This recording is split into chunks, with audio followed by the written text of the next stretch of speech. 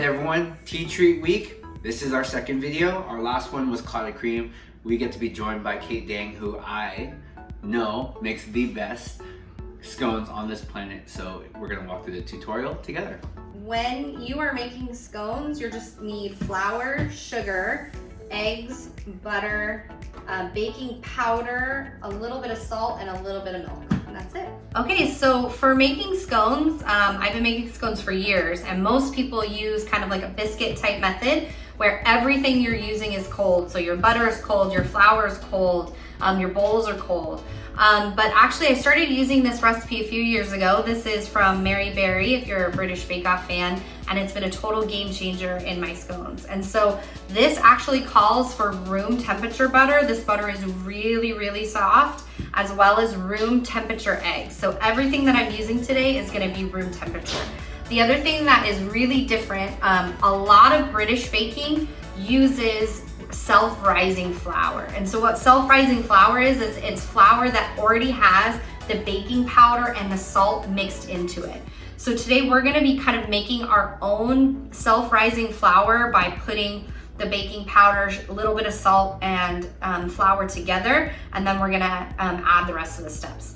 So the first step that we're gonna do is we do use a scale here. A lot of, particularly if you're using recipes from other parts of the world, use the metric system. So we have a little kitchen scale here that we use all the time. Incredibly annoying, by the way, when you're using cups and they're using like 300 grams. Yes. How many? 300 grams. Anyway, we bought this thing on Amazon. I think it was like $12. Yeah, it was really cheap and we use it all the time. We also use it for making coffee.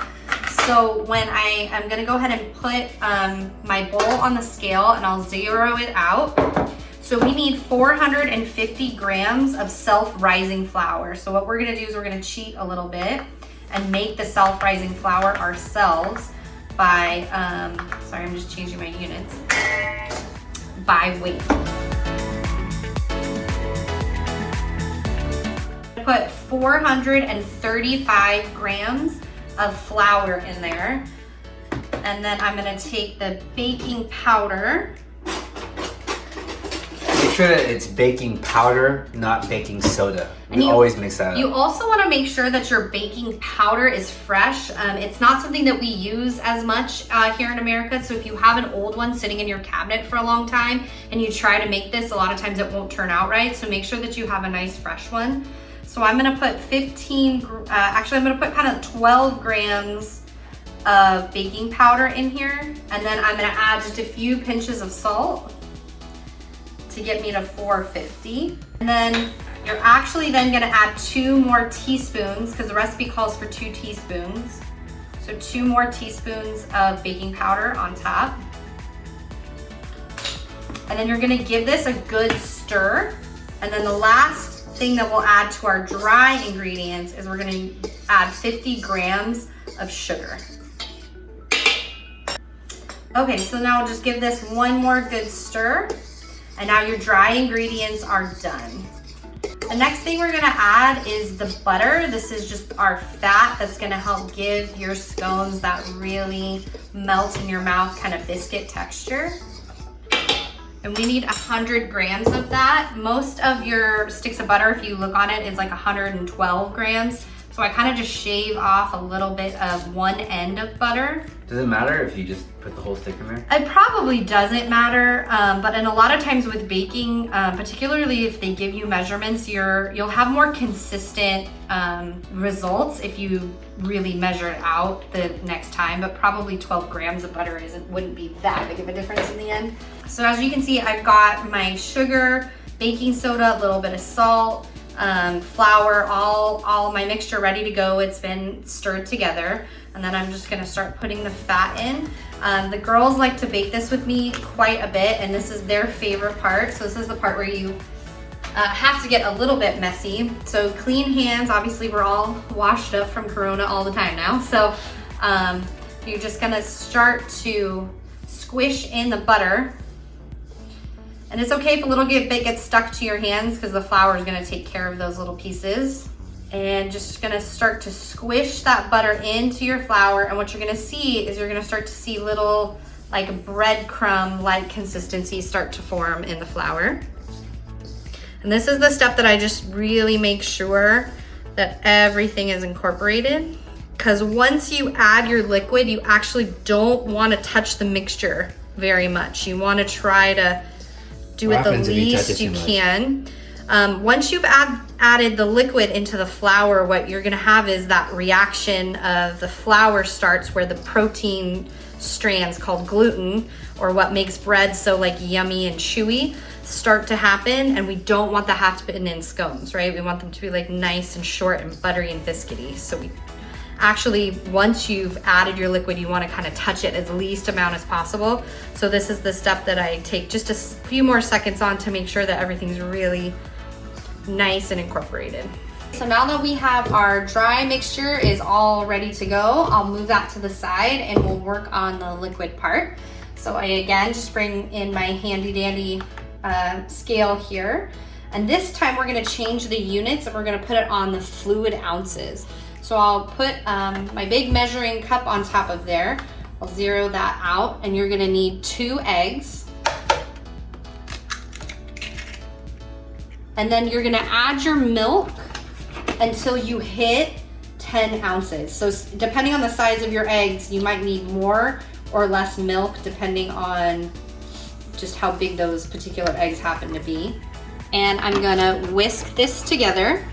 And what's nice about this recipe is that whatever you don't use in the scone is what you're gonna use to do your egg wash with. This is another really good step for kids if kids are doing this with you.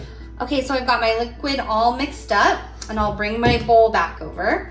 And what is different about this recipe is that as you're adding your liquid, you're actually not gonna add the whole thing. You're gonna kind of add it just until you see that dough form together. And then whatever's left over at the bottom is what you're gonna use as your egg wash on top of the scones. So if you end up adding too much and they're way too wet, you can always add just a little bit of flour back in. So I always just try to err on the side of being a little bit dry because it's, you know, you can't take the liquid out, but you can always put a little bit more in.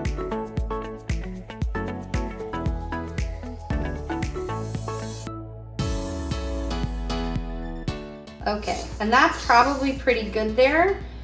This is about how much liquid I have left over. So like a decent amount, and that'll be what I use to top the scones. Okay, so here we go. I've got my scone dough out onto a floured surface. We have a granite kitchen, so I just use that when it's clean. And then I like to just use my hands. I don't really even use a rolling pin on this because any more that you work the dough, it's gonna cause it to form that gluten and then it's not gonna be as tender. So we have a fluted cutout that is for scones, but you can use, you know, any biscuit cutter if you have one of those at home. And I like to keep the scones pretty tall because that gives them that nice fluffy with the crack in the edge that you see with like traditional English scones. So we'll go ahead and just start cutting some of these out. And like you're saying, it's pretty big. They're pretty tall.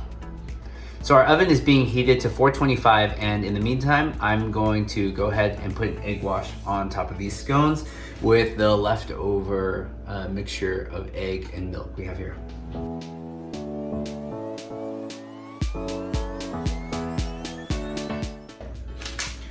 All right, they are all set and they are ready to go inside the oven. So those are now in the oven for the next 15 to 18 minutes. Keep an eye on them. Every oven is a little bit different, but we kind of wait till they get golden brown and they're gonna be awesome. In the meantime, you gotta clean your kitchen. So there you have it, 15 to 20 minutes later, perfect scones. My favorite part about the scones are the fact that you can put them in the freezer and heat them back up at 350 degrees and they taste like they are fresh baked. Well, our scones are all done, and as always, they just look perfect. We've also got an entire spread of tea, which we are drinking right here. It's a blackberry sage tea. We've got some of our jam from what we made a couple nights ago, and then we have, of course, the clotted cream. Now, there is a hot debate about whether or not when you put together your scone, if you go cream first or jam first. But rumor has it that however the queen takes her scone is actually the proper way. So the queen today is Felicity. So how do you want your scone? Take a bite and you tell everybody what you think.